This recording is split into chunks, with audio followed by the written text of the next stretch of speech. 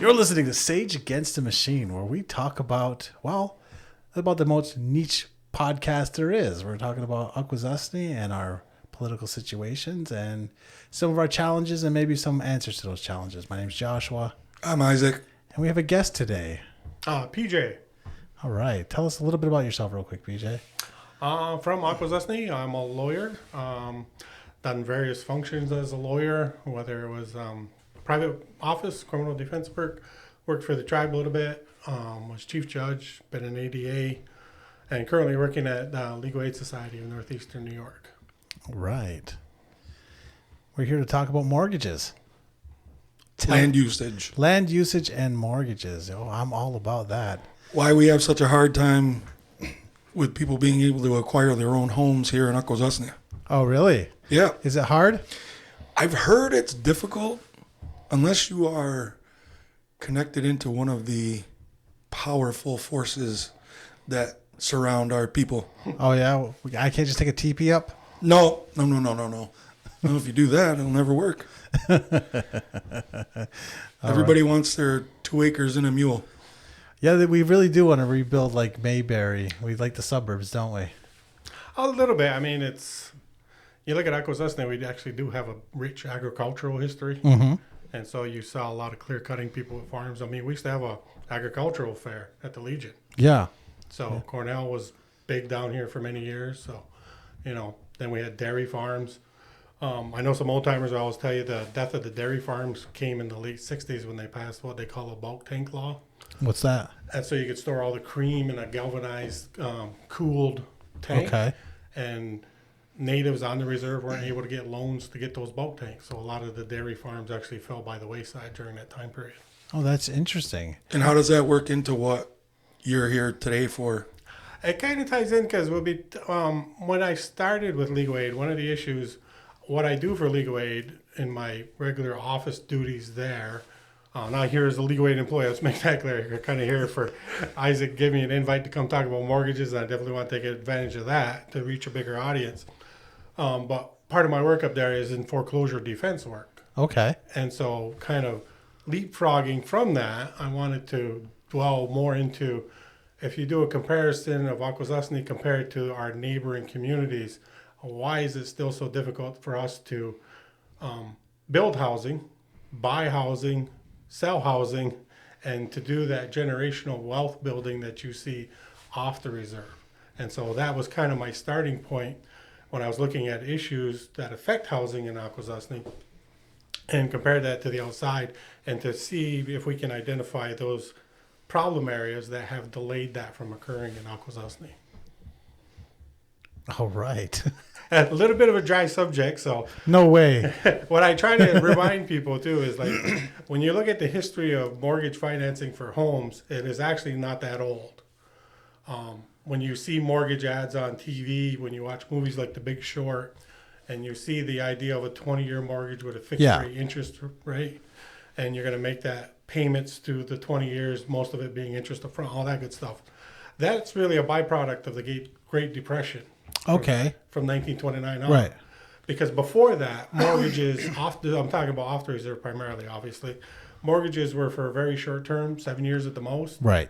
They had a variable interest rate, so the interest rate could go up and down. Uh-huh. And at the end of the term, you had to pay off this big payment to get the house and cancel the loan. Okay. Okay? Is that back when you could order them out of Sears catalog? Yes.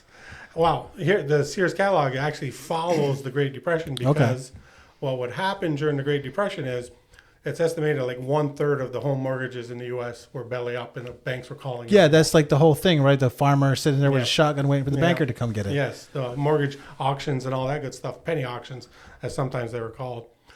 So what happened was the federal government, through FDR, had to do something that was unheard of at the time, was to get the government involved into housing and banking. Mm-hmm. Was strictly a private business affair before the federal government was going to get involved. And so what they actually did, they created agencies like the Federal Housing Administration to step in and buy these old mortgages, Yep. buy them from the bank, and then turn around and re-enter into the same mortgage with the person that was defaulted. Okay, so they just bailed them out. Bailed them out, bailed out the bank, bailed out the homeowner, Right. And they created with that the 20-year fixed rate mortgage. Okay. Make sense? I'm following. Yeah. Okay, following? So, in terms of how that comes to, affect us here in Akwesasne, what historically is, was there ever a true market for mortgages here on the reserve, or was it always, the individual just putting in their own labor, using their own capital to build their homesteads? That was probably the only method that has existed and continues to exist, because interestingly, when I looked at the history, the only time I could see a housing boom was when we got the settlement from what are known as the Kansas lands. And each family got like $2,000 and they built homes. And you saw a bunch of these homes on the reserve that were from that time period, early 1900s. Because those homes lasted, some of them are still standing, as a matter of fact. If you drive through right parts of the reserve, you'll see, the skeleton or the outlines of those houses. Yeah. Otherwise, the mortgage market just missed us entirely. So this thing that saved home purchasing and construction off the territory just flat out missed us. So we were always overlooked. Yeah. In the entire history of mortgages and banks backing loans to build homes and build equity, Indians have always been, particularly in Akwesasne, natives have always been left out. Yeah. And so, interestingly, you look at the history that happened off the territory with mortgage lending and how it evolved over the years. You see a lot of interesting things like the development of actually credit scores. Mm-hmm. Credit scores are a big byproduct of the mortgage industry. When did the credit bureau and ratings kind of started right at the initial get-go, but they really became entrenched probably by the 40s and 50s until you finally have the Fair Credit Reporting Act, which was passed way into the 60s and 70s.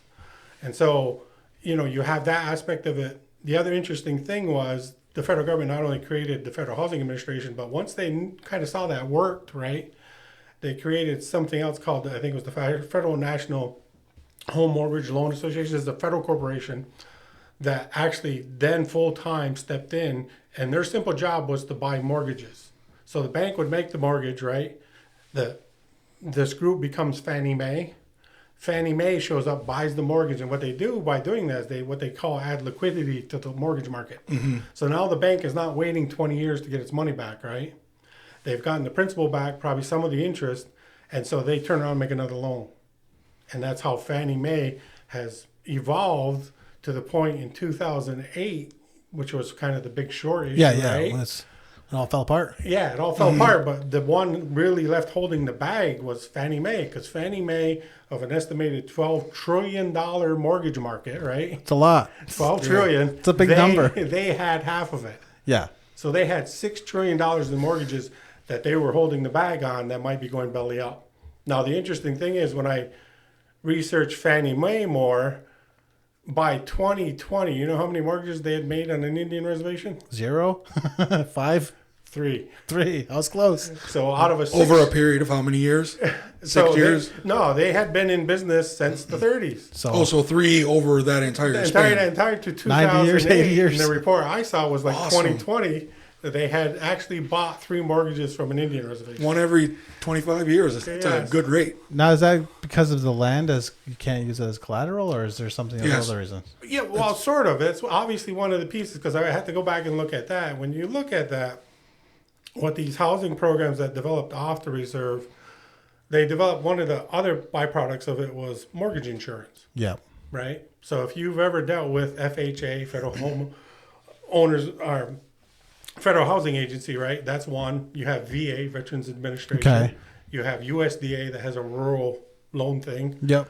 Those all have mortgage insurance programs behind them. So when the person makes the payment, each month there's a small percentage that goes into this mortgage pool.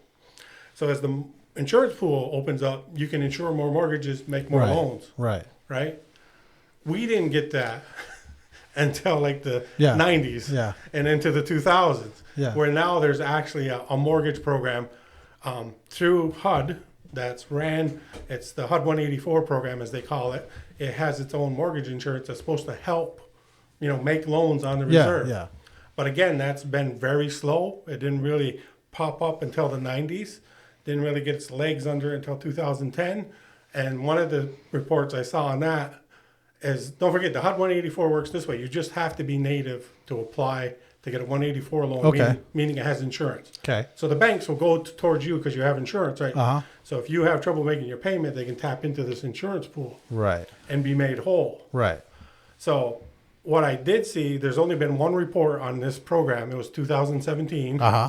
And on average, they only do about 2,100 loans a year. Oh, wow. That's throughout all of Indian country. All of Indian country. So across the entire country, that's who you're competing with Yeah. to try to get one of those loans that's insured. The other interesting aspect I saw, though, was lenders have to apply to become part of the 184 program.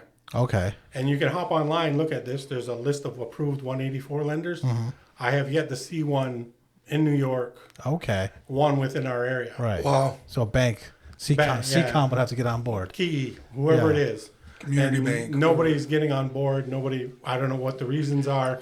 I don't want to speculate. It's not like we have lots of money or Oh, come on, anything. let's speculate. Let's speculate. We like to speculate. But I mean, the interesting thing is when you look in Akwesasne, like when I drive through Akwesasne, I see a lot of hardworking people. Yes. I see a lot of people with phones. I see a lot of people with decent cars. Uh-huh. To me, they have income. They're working. Yeah. They probably have great credit scores. I do. Mine's like Wha- 750. Why can't we get home mortgage loans? Uh-huh. Because home mortgage loans is what builds the wealth. Just on reserve. Yeah, on reserve. On the reserve. American portion we're talking about. Yeah, 'cause, I mean, one of the Canada's a things, whole nother thing. the They can 2017 get houses over there. the 2017 report on the 184 program also noticed that I think it was up to 75% of the loans occur for natives off territory. Right. So Yeah. so that pie that's 2,100 is getting even smaller now, Yeah. right? Because there's a smaller percentage that's actually going to on reserve loans. Okay. So I mean, it's kind of, I didn't want to start by such disheartening things, but Well, I mean, I don't know. I'm a very DIY kind of guy. So I kind of like that all our people aren't saddled with mortgages. I get that it's an impediment. Like it really is an impediment because I have my own son right now. Like, you know, he's older. He's getting older, and you know, it's either build out of pocket or you know we take out like a personal loan, and build something smaller, which I'm not against. But well, you look at the history of the Akwesasne, and that's really what's transpired. I remember when I was a kid growing up, my family was lucky. We actually got this surplus trailer that came from a military base, okay, and that was our first house in yeah, Akwesasne. yeah, And I tell people all the time, and other people who had those can relate to me, that in the winter months you would see frost on the interior walls, oh yeah, yeah, right? not And enough the insulation, furnace would be running constantly, right, and there'd be families have fires, Yeah. right? And here's the thing: both my parents worked, right, you know, and you see a lot of those trailers on the reserve at the time. People would add on, yeah, yeah. and so you would do this whole little dance The house that grows. to try to get a house. Yeah. But the problem with manufactured housing is, I have an issue because they don't retain their equity. Right. What you pay for up front, when you go to sell 20, It 25, depreciates. 30 It doesn't- years, it doesn't you're not going to appreciate. get the same as a stick bill. Yeah. And yeah. so that's where you're missing out on wealth. Because when you look at what's been offered to homeowners off the territory over the years, you have that wealth building. You have an income tax deduction for the interest you pay, right? You can do a reverse mortgage. You can borrow against the equity to put a kid through school, start a Right, business. right.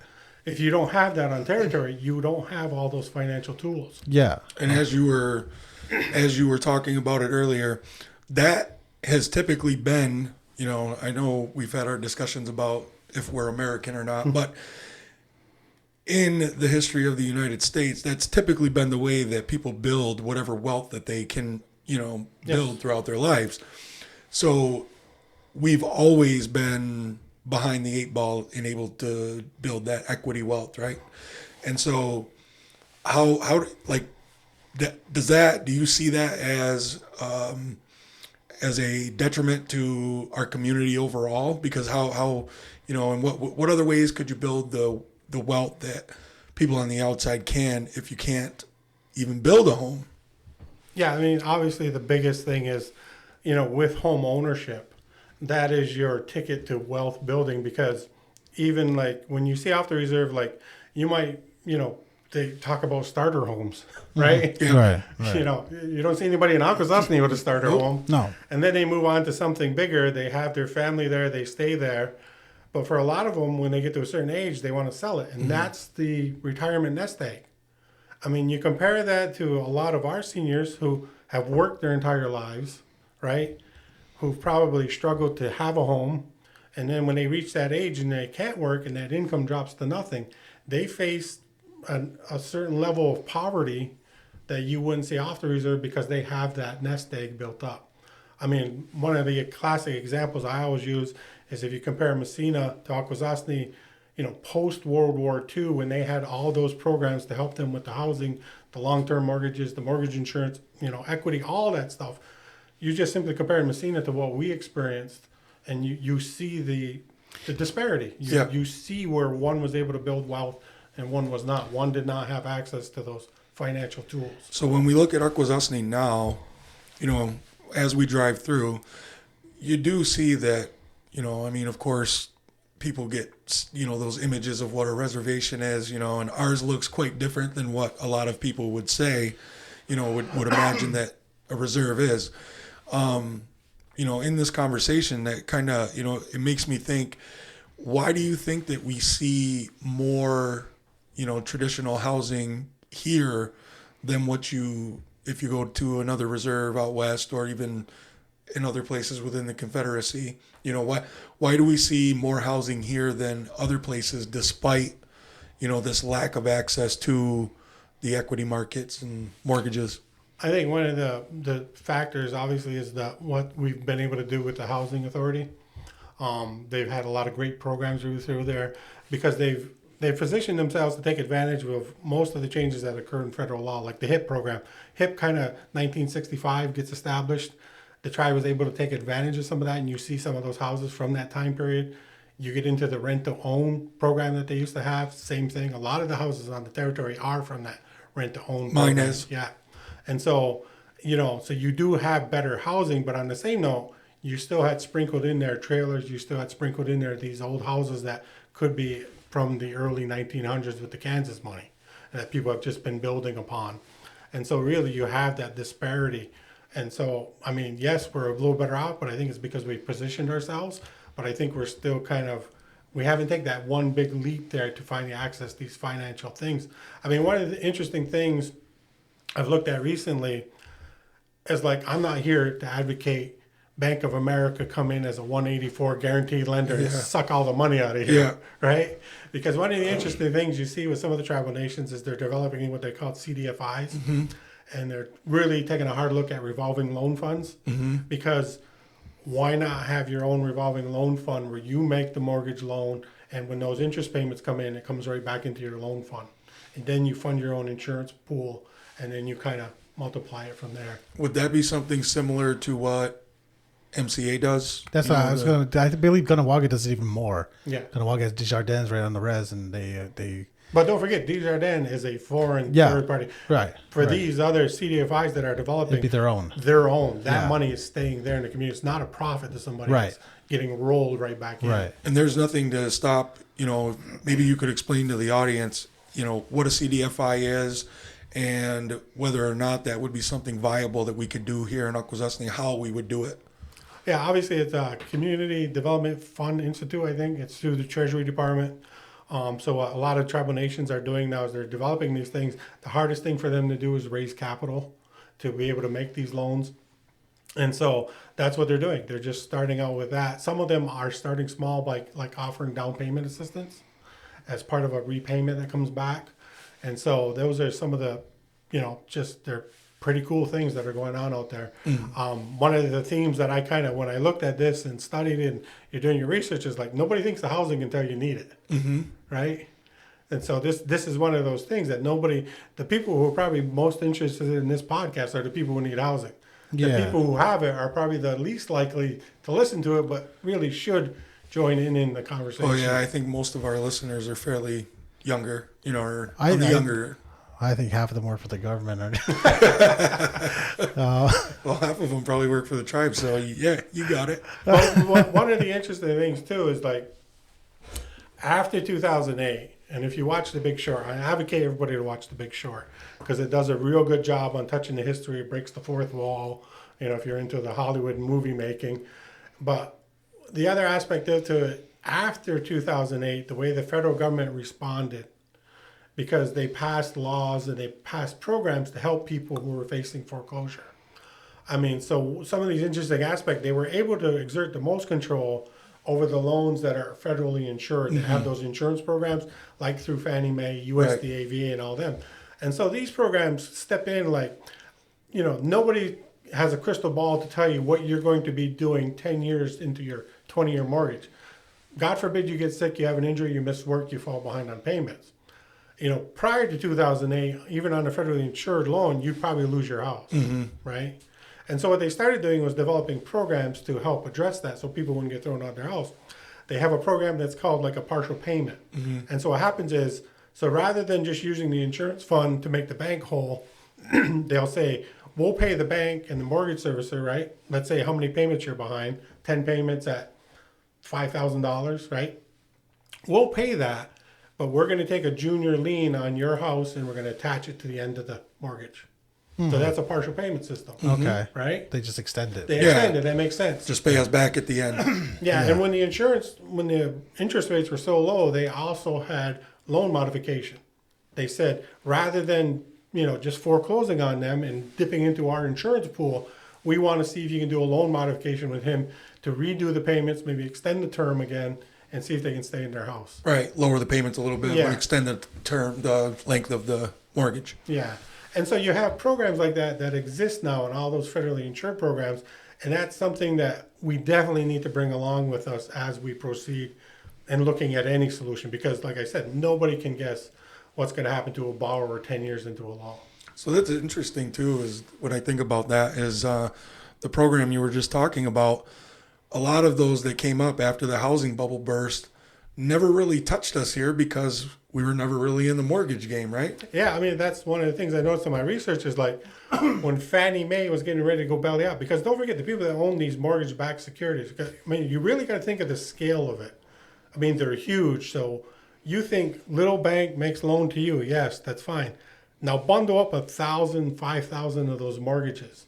And think of the monthly payment that's coming in every month. Yeah, even throw $100 each, it's $5,000 $100. But That's only 100. Yeah, that's a shit ton of money. Show me somebody who has $100 payment. Yeah. Let's make the math. I'm just making the math easy. And so what happened was there's companies that got created that were called these real estate investment trusts, REITs. REITs went out and bought these mortgages, right? And so they get all that payment, and so then they loan it out, and it acts like a multiplier. That'd be like a short-term loan. Like you're getting these payments over 20 years. Great, now I got this money. I'll just reloan it. Yep. Short-term loan, higher interest rate, and then it takes off. This sounds like a pyramid scheme. well, in 2008, right? It almost sounds like it should be illegal. And so the Egyptians didn't build that pyramid. And that's what happened when the mortgage market went belly up, because it was a concern to not only the homeowners, but these REITs, and then there's other people that invested in these mortgage-backed securities, like pension funds. So here comes Uncle Sam running with like a $900 billion bailout, and you're bailing out Fannie Mae, who's at that point hadn't made any loans in Indian country. So that whole bailout of the mortgages is just, it missed us. Which is fairly consistent for everything. Yeah, it totally missed us. Yeah. And it'd be questionable how many homes on territories throughout the country it actually helped. Yeah. Probably very, very few. Yeah. I do got a couple of things. When we were talking about why, Akwesasne has, even without all the mortgages, has better housing elsewhere, we didn't account for the underground economy, which is significant here. And I think we're foolish to not notice it. I was trying to hint on that, but I didn't want to jump full in, but I could count on I'll go for it. I know. I'll go for it. That's the way we roll. I don't even think we should be Well, down on here's it. the thing. I'm not. Necessity is the mother of intervention. Yeah. Our invention, right? And so that obviously has to be accounted for, but I think it's more than the underground economy. I've known a lot of people in my lifetime who worked and hustled because one summer they built the shell. Yeah. The next summer they worked and hustled. The iron worker, 2 jobs, the wife's working, right? Yep. All of a sudden we can have windows. Yep. So really I think it's more than just the underground economy. It's we work. We want nice houses. We want someplace safe for our families. Yeah, which is how the Amish work. I mean, Yeah. like I guess personally, I'm like a weirdo libertarian anarchist guy, so I don't fit. You're in a house made of straw. Clearly, I don't fit. I'm wearing linen. But I have beads on. And yes, everybody, he wears that shit all the time. Yeah, but I notice how, like, say the Amish community works. They do similar. They build up, build Yep. up, build up. And I'm wondering how those things could meld, like financing. Because, for instance, I have a friend who's an engineer. He's on board with the multi-story buildings. He's on board with the planned communities, and his issue is capital. He's on the Canadian side, so he's got even Canada's a little unique because Yeah. you be careful because they don't have long-term mortgages. no, over and there. he's got more speed bumps because the local government is actually kind of in the way. Yeah. They seem to monopolize things. So I'm wondering if that's when I have a vision of Akwesasne, that I see more things like that, more somehow community based. Yeah, well, it's interesting too because you got to look at, part of the industry is construction financing. Yeah. So that construction financing is a different monster than what you would see on home mortgage side. Right. So on the construction mortgages, which do exist, right? The developer goes out to the bank, Okay. gets the monster loan, develops the row houses, right? Yeah. The whole big neighborhood. Yeah. And then the individual buyer has to go get the home mortgage to buy that Right. from him. Yeah. The construction loan is short term, variable Okay. interest rate. It serves that market. Yeah. And so that's one of the missing elements. But I think for us, we would probably look for something with maximum flexibility. And standard home mortgages through a big national bank is not going to get us there. Right. So you really, if that's where your community's needs are, should be leaning towards the CDFI side to get that flexibility. Well, we've talked about this before, the housing problems, and, just outside we were talking about, Josh is always saying the land usage that we have, the way that we do it, our population is actually growing, especially comparison to every other demographic, in the U.S. But my wonderful linen-wearing co-host here frequently talks about building up and not, on individual plots. So if we were looking at doing something like that, because, people in cities, they raise families in an apartment, in a 2,000 square foot apartment with 4 bedrooms and 3 bathrooms, and it's just as much a home as your homestead built on your couple of acres with your garage. Is that something that we could actually do here with some of the ideas you're talking about, in order to fund that and to be able to do that, where we build a 10-story building and it's got 30 apartments in it or whatever? Is that something we could do? Yeah, it's the same principle as the developer, right? And the only thing is the developer and what you're describing is putting it one on top of the other. Right. And you see that all the time with condominiums. That's what you're talking about. Yeah, It's a condominium funding to get a mortgage. Because when you get a condo, you're kind of like buying the floor of that building. Right. But then, you get into the idea of HOA fees, homeowner association, like, they pool the resources in order for one guy to come pick up the garbage, one guy to mow the lawn, all that good stuff. But yeah, totally possible. So Let's do it. I know, right? So what's the hangups? Like, what has been the hangup so far for doing these kinds of things? We have a lot of smart people. I think, capital obviously is one. I don't think we're putting the documentary backbone to this that needs to be there. By documents, I mean everything from loan documents to, how's the loan structured. I know right now we don't have some of those protective programs post 2008. I was glad to see the tribe had recently announced they're going to amend the foreclosure law, because there is a foreclosure law out there. And they're going to hopefully add those things. I mean, we're going to hopefully be able to ask them to add those things. So, I mean, the other thing too is like what I described too doesn't happen for all of the population off the territory. Yeah. Right, So, right. I mean, when this program got going, one of the aspects we got to talk about is this was for primarily non-native white America. Right. Because what happened at the Federal Housing Administration is, and through this other bank association that they had, they actually sent people out there to look at these neighborhoods and communities where they were going to jump in and buy the mortgages and offer the insurance, right? And then they've developed these maps, and they color coded the maps. Well, lo and behold, the area that they wouldn't do were the areas coded in red. And when you looked at the areas coded in red, they were your Black community, the Latino community, and that's where the whole idea of redlining comes from. No way, white people are racist. Never. And so that thing, I mean, you had actual into the deeds where it said you couldn't sell to a minority. I have a friend. He's a young fella. He's in his early 20s. He bought a house in Messina. It still says that on the deed, not to be sold to a person of color. Really? Yes, it does. Interesting. And the realtor just disregard that. They just ignore it. But because it's a deed, it still holds the... Yeah, it's still in there. It's still in the documentary history. It's always going to be in the guarantor, guarantee, all that. It's grantor, grantee. So don't forget, redlining didn't really go away until they started passing laws to make it go away. Right. And so when we were trying to get access to that market, you don't know how much of effect redlining was there for us or was it not there for us. You'd be guessing at most. Well, when did the redlining... pretty much go away? Well, we always look at like a series of acts through the 60s, the civil rights movements, like the Civil Rights Act 64 for a credit reporting community reinvestment act. There's a federal law there. If you receive federal housing funds, you can't discriminate.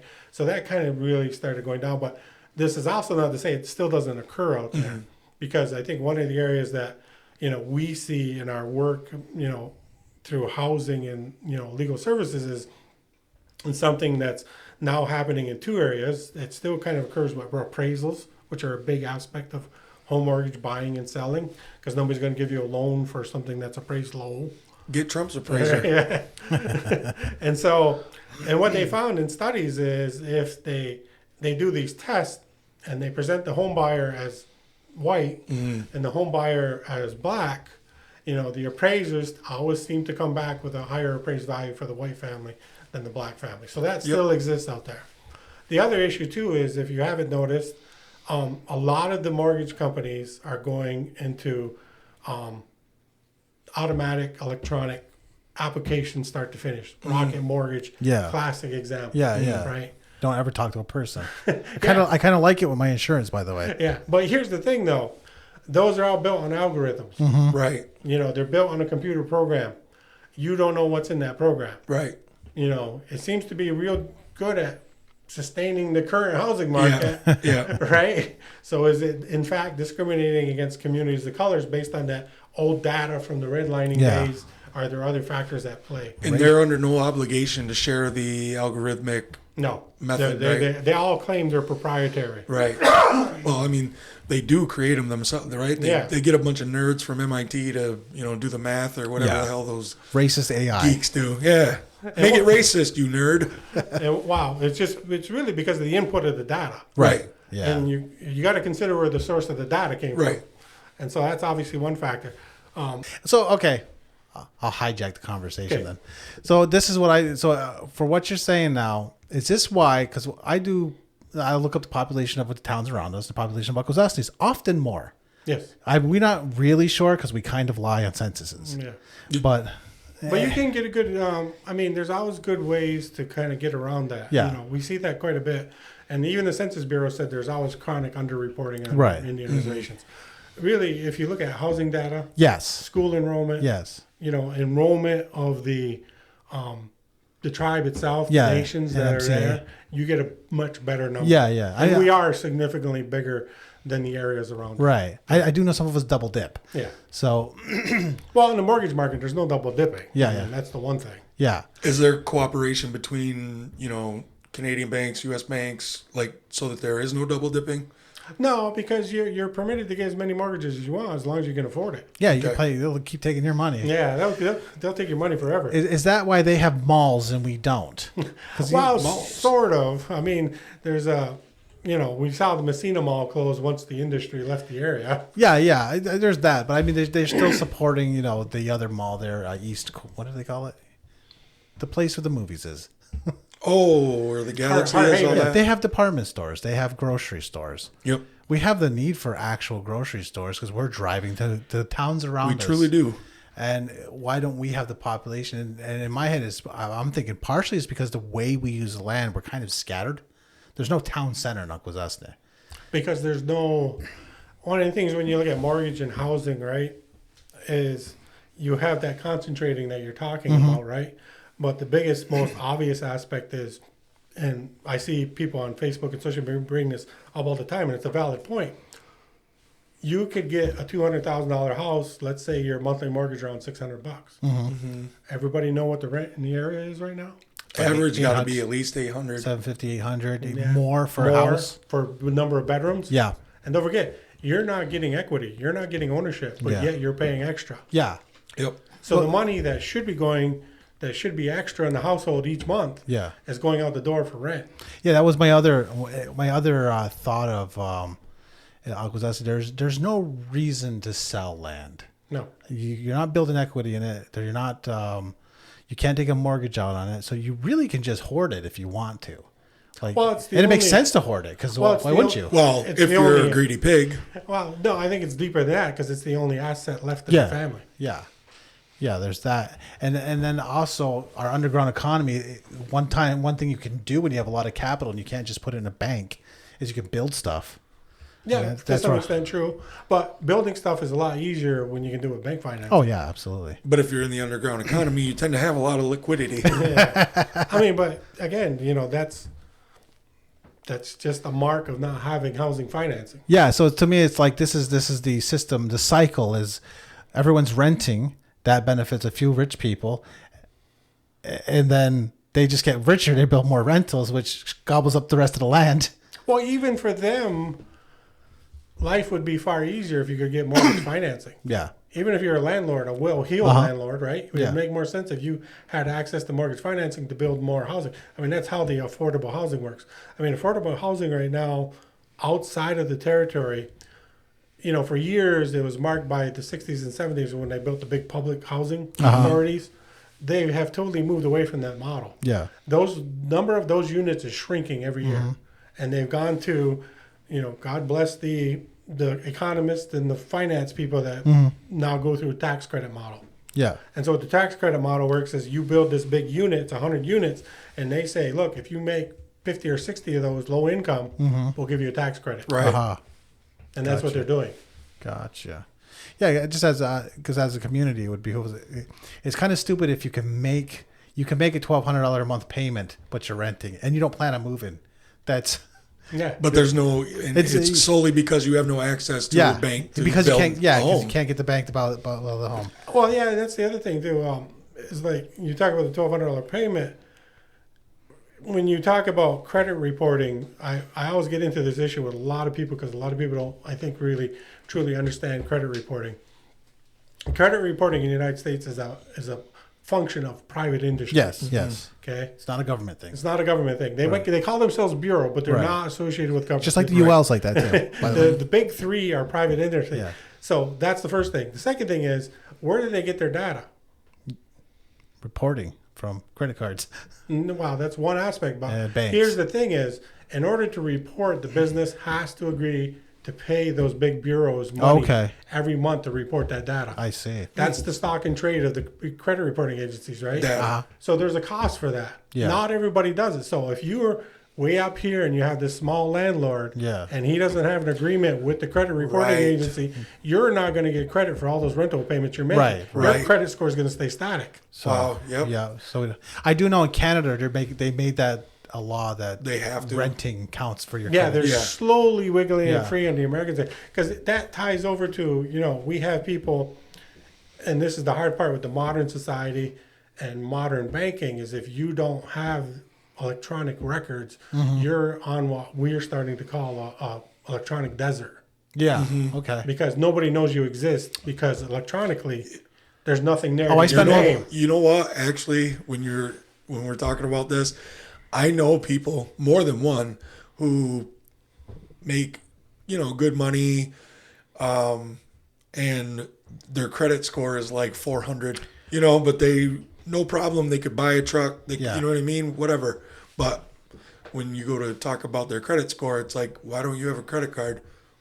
My credit score is like 400. Oh, but I'll tell you a funny story. When I started our Aboriginal Outlaws podcast, the running joke was my credit score was 4. Not really 4. No, it was 4. And you, How the fuck did you do that? I had 0 credit, so when I looked it up okay. when I looked it up on Equifax, it was 4.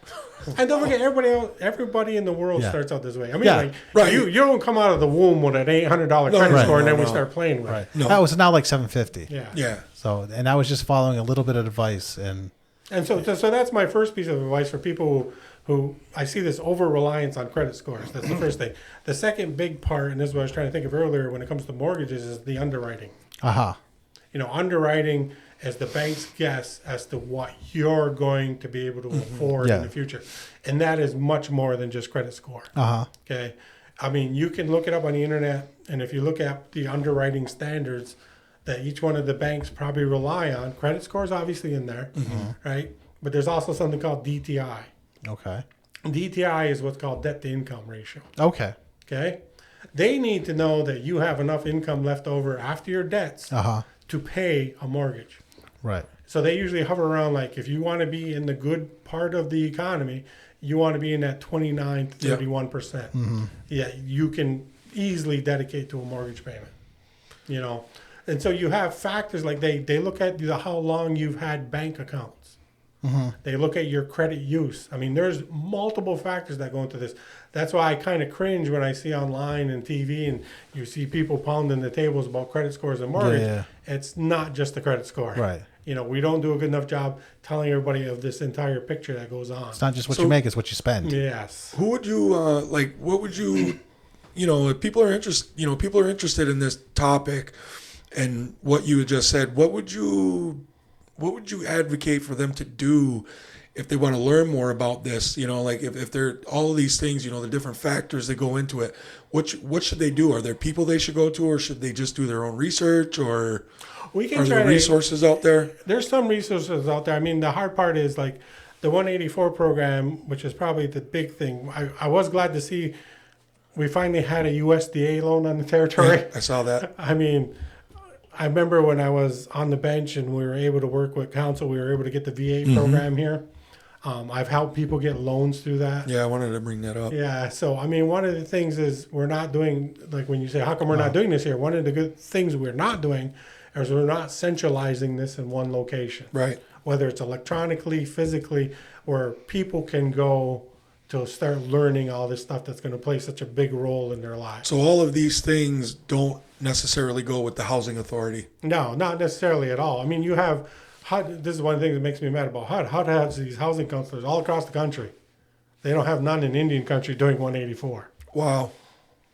But overall, I mean, I wanted to go back to that because I did want to mention that because I remember when I was working at the court with you, that was something that you had put a lot of time in, and it was a pretty big deal with the first VA loan that happened here. So, like, can you just like talk about that a little bit, and then the role that the housing authority plays here, and how that all works out for us in Akwesasne?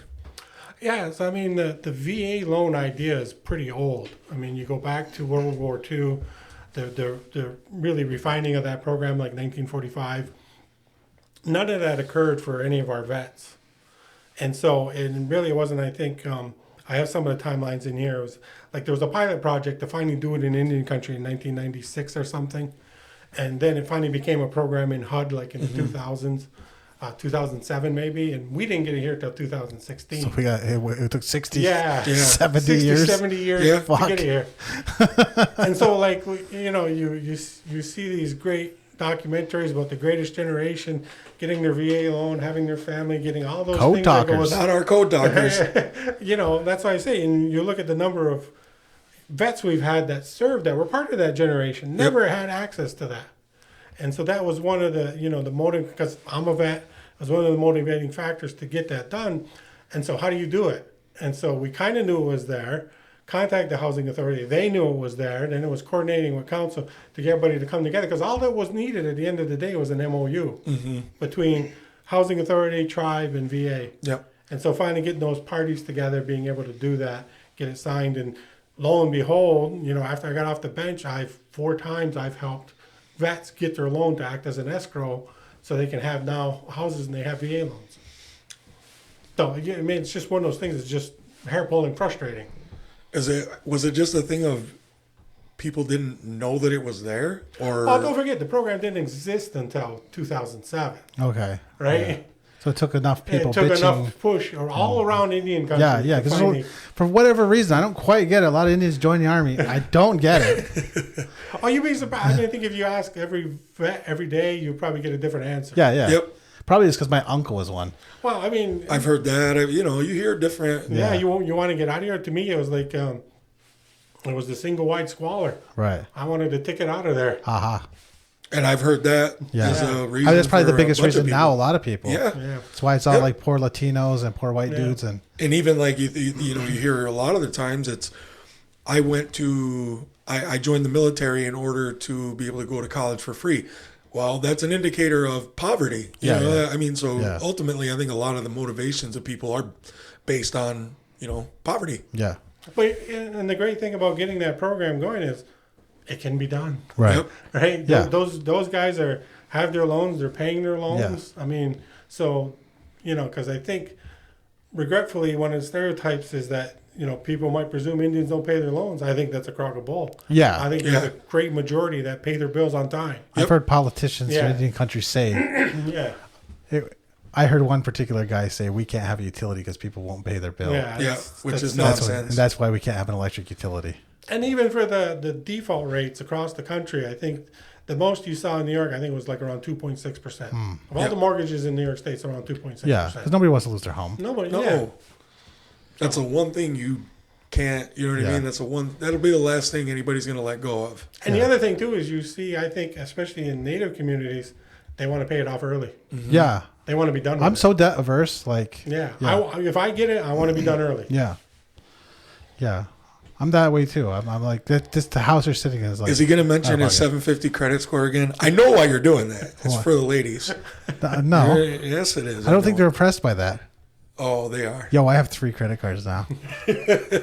All I did was follow Jerry Manor from CCOM's advice Hey, they Nah. know stuff. and not treat it like it's free money. Yes. Yep. So I mean, there's like credit building techniques that are great budgeting techniques. I mean, I can speak for me and my wife. When we started, we were like, you don't have enough income. Your credit score is not high enough. Well, you're close, but we can't give you a waiver. And then you get to a point you're like, you make too much money and your credit score is too high, Yeah, right? yeah. And that was what we went through as a young person to a young Yeah. couple starting out. I've seen people who are make just too much money to qualify for things, but not enough to get by. Yes, Yep. yes. Yep.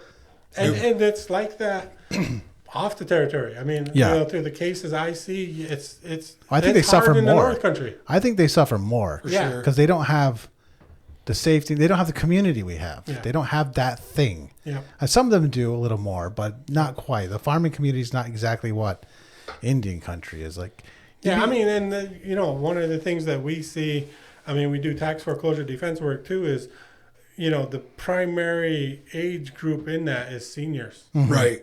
Seniors, especially the ones that ended up getting the family farm, stayed there. Yeah. They got to an age where they can't work the farm, Right. but guess what? The tax bill's never gone down. Yeah.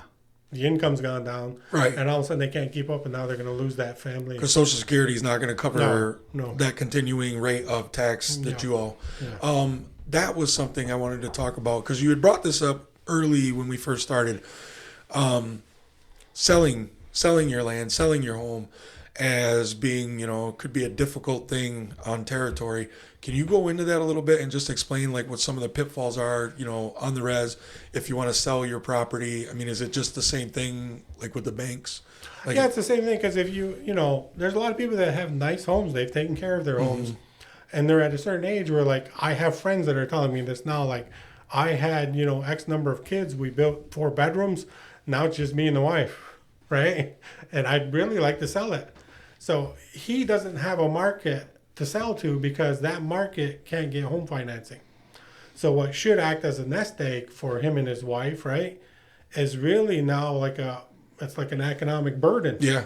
Right, because the heating bill's not going down. Yeah, they're not every month is You not know, changing. It's not changing, and so having that lack of the market, because really what you want is them at some level to move out, Right. because some family can move in there Yeah. the 4-bedroom house. I mean, that's and been the repeat natural process. progression through history, right? Yeah. I mean, when you look at off the reserve Right. again, Well, you yeah, have that yeah, wealth yeah. building and that carryover. You know, they can buy and sell houses with a good credit score and a good income Yep. all day, every day. Yeah. And if you don't have that in our area, you can't concentrate the wealth, you can't concentrate the people into those areas. So we have a bunch of elders who have these, fairly large homes. They don't even want to upkeep that anymore. But Or do they have the ability? well, yeah. Well, that's Yeah. whether or not it's financial or the physical ability, yeah. whatever. But it's a shame because I think within our generation and younger, it's going to get We're not perhaps going it'll to get get old. better because you're exposing all of this. But yeah, we have a lot of people who just We're not going to get old. The Russians are going to get us before that. hey man, I got my rent to own house, so Well, it's like I said when we started. You tend not to think about housing unless you don't have it. And we should, because it's like, to me, why do I live in a straw bale house other than I'm a cool hippie? But it was, to me, it was this weird. I don't know about the cool part, but go ahead. Yeah, he's cool. I'm really cool. He's cool. But to me, it was this weird thing. We're like, well, we could do that ourselves. Yeah. We could grow oats. We could build. This is a product we could do within our territory, and that's kind of how I thought about it. And I wanted to, or locally. I know economically, it's more practical to be part of a big giant economy, but it's pretty neat to build stuff like right here. Yeah. Well, here's the thing too. Is like I've seen your house, and you got a lot of acreage around you. Yeah. So you actually have something that you could use as collateral to finish this house. Oh yeah, if I wanted to. If you wanted to. If I wanted to. I'm not telling you to go and get a loan for Yeah. $100,000. Yeah. But like what you explained, you need to do on the outside. Yeah. Hey, I'm probably on sure grounding to say 10,000 wouldn't hurt. Oh yeah, I'm gonna use my credit card for that. but here's the thing. But I mean, that's the other thing too. Is like that provides collateral for you to do those things. Yeah. And, I mean, there's a whole bunch of, because once you can finally concentrate that wealth, you'd be surprised what happens afterwards. Like, there's a great market out there for green building supplies. Uh-huh. I mean, when you look at, to me, and we're finding as a society getting there, you start making boards and beams and walls from hemp. Mm-hmm. Oh yeah. Two times the strength. You don't need acres of forest. Fireproof. Yeah. It's fireproof. Oh yeah, we've done the hemp thing. Like Yeah. Yeah. friend of mine did the hemp thing. We did the fire test. And it's a giant market. Just the processing the hemp itself and turning it from These are business opportunities. grass. Yeah, turning things from hemp grass Right. into something you can use is an entire Yep. process. It's an industry by itself. Yep. Yeah. Yeah. No, But you're only going to get to the industry if you can concentrate the wealth and create the demand. all right. So could we do it in like One of the other funny things that I look at too is, and New York's going through this now, and it's weird the way they gloss history to get to this point, is when you look at actually producing your own electricity for your house. For years, that was outlawed in New York. People don't, for some reason, selective amnesia, they don't talk about that part. they don't want to teach that. So why was it outlawed? It was because the power distribution company like National Grid, right, have made money by getting you the power. Yep. Over From 60, 70, 80-year-old You mean a poles. monopoly? They can charge you monthly to get that power to your house. Yep. So they don't want you creating your own power. And so now all of a sudden there's this green boom. But really the green boom is being fed by, like if you see the new power lines going up in Messina, where's that power going? Right. It's not going here. No. They're feeding it to New York City. So now it's like the more I can get you hicks from the sticks off the grid, right? Yeah. The more I can sell to the city. Plus two, there's Get your own goddamn power now now. put up your solar panels. Hippies. well, plus two, all this green energy is subsidized by the state anyway. So it's not even like it's this is a good place for solar. It's not. It's just that the state will pay them to build it. So it's really a scam to get money from the government. Well, it's not even pay because I think most of it's been working off credit on your income tax. Yeah. Yeah, Well, but here's the I'm thing. talking about the big solar Oh, farms. the solar farm, yeah. Solar farms you see going up all over the place. But the other thing is obviously the credits you get on your taxes, stuff like that's feeding it. And, it's now becoming an industry. Yeah. Let's do it. Let's get that dam. I know, Well, I can't talk about that part because there's some stuff with that dam.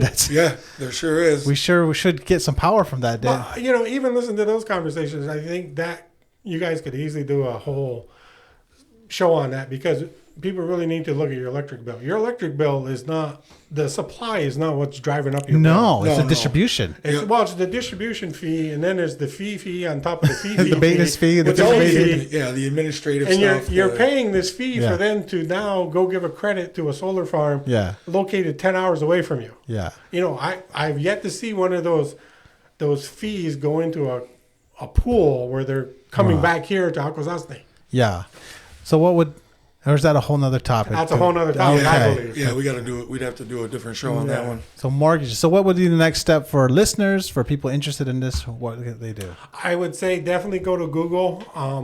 If you have questions on how to apply for mortgage and stuff like that, we can offer some assistance, you know, through my work. Obviously, get yourself educated. I mean, one of the areas we didn't talk about, and probably enough detail, is the manufactured home, because the manufactured home market it's just plainly different because it's taken as a different view. It's not really considered part of the land. They consider it personal property. New York does this because when you buy a manufactured home, a mobile home, Yeah. they actually have a title like a car. They get registered at DMV. Right. Right. Because they can be moved. Yeah, Sorta. and so they don't have the same protections also under some of the federal mortgage law. Oh. So, but here's the thing, that has been one of the few things that have remained viable in not only our territory, but Yeah. territories across the country. Yeah. Which only brings me to this interesting study I saw from, I think it's a National Coalition on Community Reinvestment. I think it's NCRC. So they went and looked at Arizona and New Mexico, because one of the great things about the feds getting involved in this is they passed what's something called the Home Mortgage Data Act. You know, I can try to give Isaac the sites, and you guys can post it later if you want. You can actually go on that site, and in the county, you can see how many people applied for mortgages, Okay. whether they were federally backed mortgages, wow. right? And what kind, VA, USDA, all Wow. that. They give you a breakdown. And so these people from NCRC studied Arizona and New Mexico, and what they found for Native people was the closer you got to an Indian reservation, Uh-huh. the least likely you were to get financing for a stick-built home. Huh. However, proportionately, you were going to become eligible to get a manufactured home. However, the manufactured home loan you were going to get versus if you were off the territory was probably going to be 2 or 3 points higher in interest. Oh. And then the other thing they found was, so they started going through all the applications and, well, who are these companies making these mortgages for mobile homes on the reserve? And they whittled it down to a big three that were owned by one company, which was wow. Berkshire Hathaway. You know who owns Berkshire Hathaway? Yeah, it's Warren Buffett. Warren Buffett. Oh, wow. So he had like Indian hater. in the study area, they had like 200 mortgages that they looked at, and he had like 60 to 70% of them. That's wild. Wow. That's wild. Yeah, that study is online. If you Yeah, want to go look at it, you that'd be can look cool. at it. Holy shit. So that's what I mean. So he's got that little niche market, and when you consider that 200 mortgages every month, how much is the payment? A lot. Yeah. So It's not nothing. and you're not getting the rate that the market's saying. Yeah. He's tacking on 2 or 3 points. Right. Essentially, he is just setting whatever rate he wants. Yeah. Yes. The Warren Buffett rate. Yeah. But the Buffett tax. I mean, Jesus, that's like you figure probably $1,000 each, so Yeah. $200,000 a month. And that's money out of the area. That goes to Yeah, it goes far, what's he known far as away. the Oracle of Omaha. Yeah, yeah. That's where it's going. Oh, yeah, I always forget that. He's from like friggin' Nebraska or Yeah. some shit. All these guys are. They're half alien. That's why the aliens are always out there. So we kind of rounded the bases. I don't know if you guys have any questions at this point. No, I just... I've learned a lot. Yeah. And so just tell everybody where they can, give a plug to Legal Aid or wherever you would recommend them to Yeah, dig more into this. Yeah, you can contact the tribe. We have a great project with the tribe right now. We're there 2 days a week on Thursday and Friday. You can easily reach out to me. I will try to share. I'll get to you because I think what I noticed in your, I don't know if it's a podcast or YouTube, Both.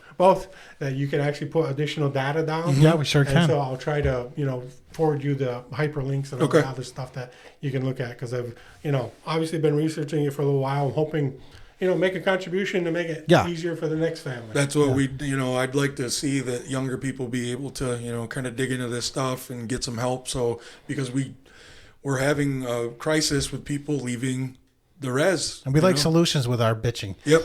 Yeah, that's one thing that we actually get credit on is that, yes, we complain a lot, but we do offer some ideas on how to fix it. And if you don't get housing, they're going to continue to leave, which Yes. is scary. Yeah. They're going to continue to leave. And the people who are, Well, I mean, we The all most- have kids here that are young. yeah. Like, you know, I mean, if they be leaving to just the towns around us, that's okay. 'cause but they're taking that's off. that's like settlements. Well, yeah, I mean, Well, actually, that's what we should be doing is reoccupy. Like, Yeah. hey, we're creating babies. I mean, it works in this other country that starts with an I that does it all the time. Yeah. It works real well there. Sure well, does. you can really stroke a conspiracy gene, because one of the things I did notice as well is that when you look at this and the housing programs that missed us through the last half of the 20th century, it almost looks like the removal policy of earlier years. Yeah. Right. Because if you can't get housing and you're working your butt off, Right. you're going to leave. The Relocation Act. Yeah. Yeah. So Send them to the So cities. it serves that end, Yes, whether it or not does. they set it up that way. Disconnect them from their people and that's send why them to the well, city. if it strums your conspiracy gene, Yeah. but it is something that is observable. We do Right. that here sometimes. A little bit. It's fun. Yeah. Well, actually, when you're the thing about Warren Buffett, all I could think was, this fucking, they're out to get us. Every law they passes against No, us. I know that's It's like, just- it's it's- not a coincidence. It's banking. They're out to get your money. That's Yeah, all they it want is. your money. Yeah. They eat it along with your babies. So hopefully we can Dun, figure dun, out a way dun. to make that money go around Yeah, in a circle I here in like Akwesasne. Keep it here. Yeah. Once upon a time, we had a bank. Yes, a credit union. Okay. Could that be part of this or no? Yes, easily. All right. That'll be a whole nother topic. Yes, We're at we an gotta hour. do that one.